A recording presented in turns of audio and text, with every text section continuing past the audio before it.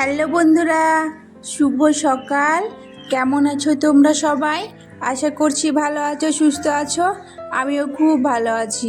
আমি কাজল, আর কাজল অঙ্কিতা লাইফস্টাইল ব্লগে তোমাদের জানাই সবাইকে ওয়েলকাম আর অনেক অনেক ভালোবাসা। আজকে ব্লগটা আমি এখান থেকে শুরু করছি। আশা করি আপনাদের ভালো লাগবে। আর যদি ভালো লাগে অবশ্যই প্রথম থেকে শেষ পর্যন্ত দেখার অনুরোধ রইল। তো দেখতেই পাচ্ছ, আর এখন বাজে ঘড়ি কাটে হচ্ছে 6:30টার মতো। আর আজকে একটু লেট হয়ে গেছে ঘুম থেকে উঠতে। আর উঠে দেখো এখন গাছে একটু জল দিয়ে দিচ্ছি। আর অনেক দিন পর বাড়িতে ফিরে এসেছি, তো তার আগে তো অনেক কাজ রয়েছে আজকে। তো তার আগে চলো তোমাদেরকে এই গাছগুলো দেখাই। তো এই ড্রাগন গাছগুলো দেখো কেমন একটা ছোট ছোট করে। এটা না বেশ অতটা ভালো হয়নি, তবে এটা অনেকটা বড় হয়ে গেছে। আর অনেক দিন 15 দিন পর বাড়ি ফিরে এসেছি। আর তোমাদের সাথে তো কোনো ব্লগে শেয়ার করতে পারিনি, কারণ অনেক প্রবলেম ছিল ওখানে। আর মাদের ওখানে তো আমার কোনো ফোনের টাওয়ারই ছিল না যে আমি তোমাদের সাথে ভিডিও আপলোড করব। তবুও দুটো করেছিলাম ভিডিও, তো ওটাই আপলোড করেছি, আর বাদবাকি কিছুই করতে পারিনি। তো যাই হোক, তার জন্য সবার কাছে আমি ক্ষমা চাইছি ভিডিওটা এত দিন পর দেওয়ার জন্য। আর প্লিজ তোমরা আমার এভাবে পাশে থেকো। আমি জানি ভিডিওটা অনেক দিন পর দিচ্ছি, অনেকের প্রবলেমও হচ্ছে যে হয়তো আমি কেন দিচ্ছিলাম না। আর সত্যি কথা বলতে ওখানে তো অনেক প্রবলেম ছিল আর অনেক ঝামেলাও ছিল, এই জন্য না তোমাদের সাথে কিচ্ছু শেয়ার করতে পারিনি গো। তো যাই হোক, তোমরা আমার ভিডিওটা দেখতে থাকো শেষ পর্যন্ত, আশা করি আপনাদের ভালো লাগবে।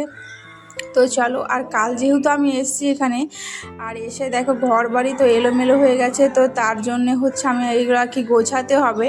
তো তার জন্য দেখো ঝটপট করে। আর কালকে এসে না কিছুটা জামা কাপড় না ধুয়েছিলাম, তো সেগুলো তো ভিজা ছিল কিছুটা। আর এখন দেখছি কি ভাবলাম যে ছাদেই মেলে আসি, হালকা রোদ উঠেছে, কখন কি বৃষ্টি পড়বে তার কোনো ঠিক নেই।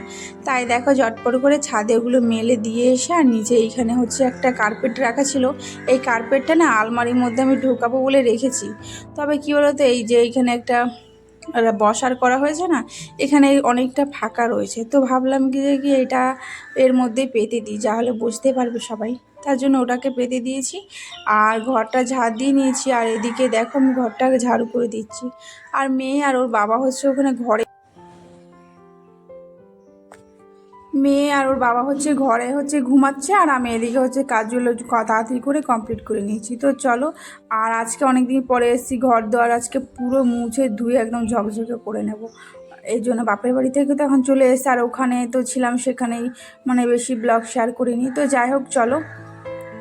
তো আমার এখন ঘরটা ঝটপট করে ঝাড় দিইনি। আর এখন রোদ উঠে গেছে। আর এখন দেখো আজকে এত পরিমাণে রোদ উঠেছে, মনে হচ্ছে যেন এখন 10টাই বাজে, কিন্তু এখন সকাল ওই 7টার মতো বাজে। আর এখানে এখন দেখো ইন্ডাকশানটা পুরো খুলে ফেলা ছিল। এখানে বরমশাই যে এখানে কী করতো, এখানে হয়তো কিছু সিদ্ধ করতো, ছোলা টোলা। তো এখানে দেখো এসে দেখছি এটা এলোমেলো করা আছে। তো তার জন্য দেখো আমি এটাকে আবার ভালো করে মুছে পরিষ্কার করে নিচ্ছি। আর আমার আজকে অনেক কাজ রয়েছে। তোমাদের সাথে হয়তো পুরোটা পারবো না শেয়ার করতে, তবে যতটুকু পারবো অবশ্যই ততটাই শেয়ার করব তোমাদের সাথে। আর এই গাছটা দেখো আমি বড়মশাইকে বলেই রেখেছিলাম যেটা না জল পাল্টে পাল্টে রাখতে, তাহলে কি বলতো এটা বেশ ভালো থাকবে অনেক দিন ধরে। এই জন্য মাটিতে আর পুঁতবো না, ভেবেছি কি কাপের মধ্যে দিয়ে এরকম করে রান্নাঘরের পাশেই রাখবো, বেশ ভালো লাগছে দেখতে। তার জন্য এখানে রেখে দিয়েছি। আর এখন চলো আমি একটু মধু দিয়ে জলটা খেয়ে নিই। আর এখানে কিন্তু এই ফ্লাক্সের মধ্যে কিন্তু হালকা উষ্ণ গরম জল, তো তার মধ্যে একটুখানি লেবু দিয়েছি, আর হালকা গরম জলটা ছিল, আর লেবু দিয়েছি আর মধু দিয়েছি। তো চলো এটাকে আমি একটু খেয়ে নিই। আর সকাল সকাল একটু মধু জল খেলে পরে বেশ ভালো লাগে শরীরটা। আর খেয়ে কী বলো তো অভ্যেস হয়ে গেছে, তো এই জন্য।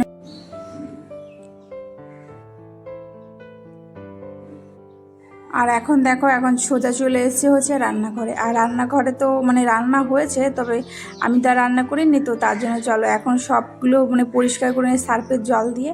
আর আমি পুরো রান্নাঘরে না সার্ফের জল দিয়েই পরিষ্কার করি। আর আমাদের কাছে তো সেরকম কিছু নেই মোছার মতো, তো সার্ফের জল দিয়েই পরিষ্কার করি।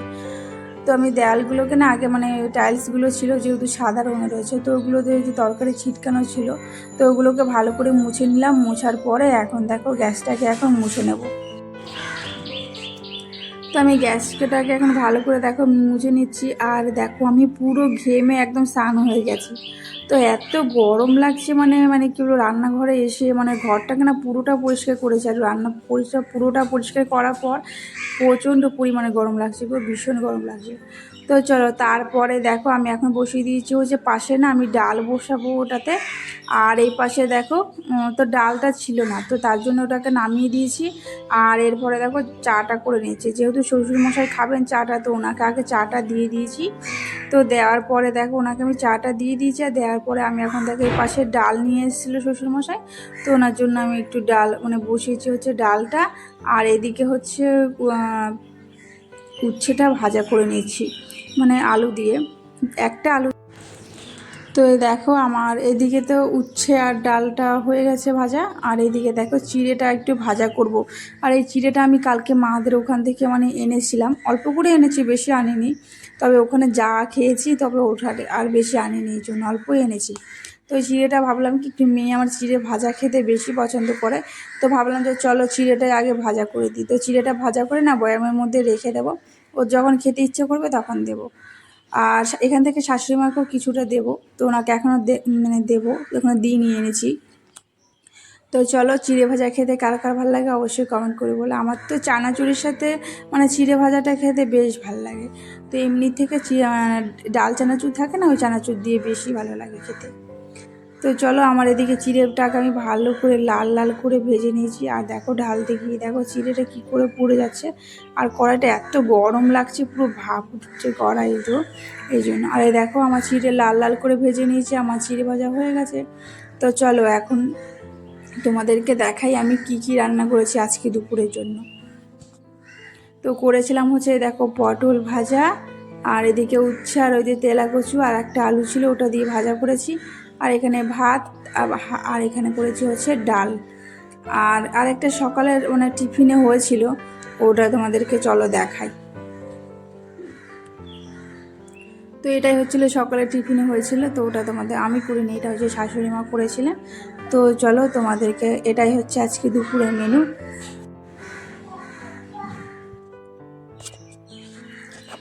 তো রান্না বান্না তো এদিকে কমপ্লিট, রান্নাঘরে সমস্ত কাজ কমপ্লিট বলতে পারো, শুধু এবার মোছার পালা। ওইগুলো মুছে নিই, ভালো করে ধুয়ে মুছে একবার পরিষ্কার করে নেব।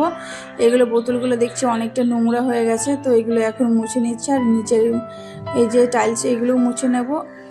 আর যেহেতু টাইলসে কালো কালারের রয়েছে, তো এই জন্য কী বলো তো মানে মনে হয় কি বেশি নোংরা, কালো জিনিসে মনে হয় কি আমার বেশি নোংরা বসে। তো যাই হোক ওদিকে আমার রান্নাঘরে সব কাজ আমার আপাতত এখনকার মতো কমপ্লিট। আবার স্নান টান করে আবার রান্নাঘরে যেতে হবে। তো চলো তারপরে দেখো মেয়ে আর বরমশাই যেহেতু ঘুমাচ্ছিল, ওদের জন্য আর বিছানাটা না তুলতে পারিনি। তার জন্য দেখো বিছানাটা এখন আমি এসে গুছাবো এখন।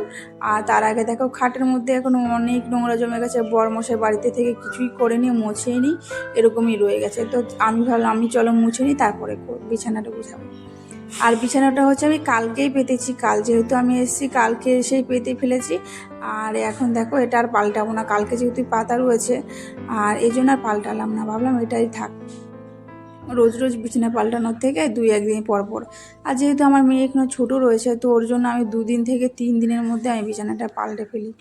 আর তা না হলে আর বিয়ের মানে মেয়ে না হওয়ার আগে আমি 4 দিন 5 দিন একটা বিছানা পেতে রাখতাম। তো যাই হোক সেই দিনকে আর কখনো আসবে ফিরে, কখনো আসবে না, তাই না? তো যাই হোক বন্ধুরা, আমার ভিডিওটা তোমাদের কেমন লাগলো অবশ্যই কিন্তু কমেন্ট করতে ভুলো না। আর যদি ভালো লাগে অবশ্যই চ্যানেলটাকে একটা লাইক করে সাবস্ক্রাইব করে দিও, আর আমার পাশে থেকো। আর যারা প্রথমবার এই ভিডিওটা দেখছো তারা কিন্তু অবশ্যই চ্যানেলটাকে একটা লাইক করে সাবস্ক্রাইব করে দিও, আর আমার পাশে থেকো। আর এদিকে দেখো আমি মেয়ের জন্য চালিয়েছি হচ্ছে কার্টুন, আর ও কার্টুন দেখছে হচ্ছে গোপাল ভাঁড়, আর আমি ওকে চালিয়ে দিয়েছি। আর আমি এদিকে হচ্ছে ঘরের সমস্ত কাজগুলো কমপ্লিট করে নেবো, না হলে আমার কাছে ও ফোন চাইবে, তা না হলে বলবে যে এখানে যাবে ওখানে। এই জন্যই ওকে কার্টুনটা চালিয়ে দিয়েছি, ও কার্টুনটা হচ্ছে বসে বসে দেখছে, আর আমি ঘরের কাজগুলো কমপ্লিট করছি। তো যাই হোক, আর আমি ভিডিওটা কিন্তু অনেক দিন পর দিচ্ছি, আর প্লিজ আমার পাশে থেকো তোমরা এভাবে, আর আমার সাপোর্ট করো। তো আমাদের ভালোবাসা আর আশীর্বাদ ছাড়া আমি কখনো এগিয়ে যেতে পারবো না। আর ভিডিওটা লেট হয়ে গেলে দিতে, আমি জানি না যে কখন পোস্ট করব ভিডিওটা। তো এইদিকে দেখো আমি এখন জামা কাপড়গুলো ভাঁজ করে নিচ্ছি, কারণ এগুলো ছাদে মেলেছিলাম, সেগুলো হচ্ছে শুকিয়ে গেছে। এগুলো কালকেই ধুয়েছিলাম, আর ধোয়ার পরে দেখো আজকে শুকিয়ে গেছে। মানে 2 দিন লেগেছে একটা জামা কাপড় শুকাতে। আর এগুলো আমি এখন ভাঁজ করে রেখে দেবো।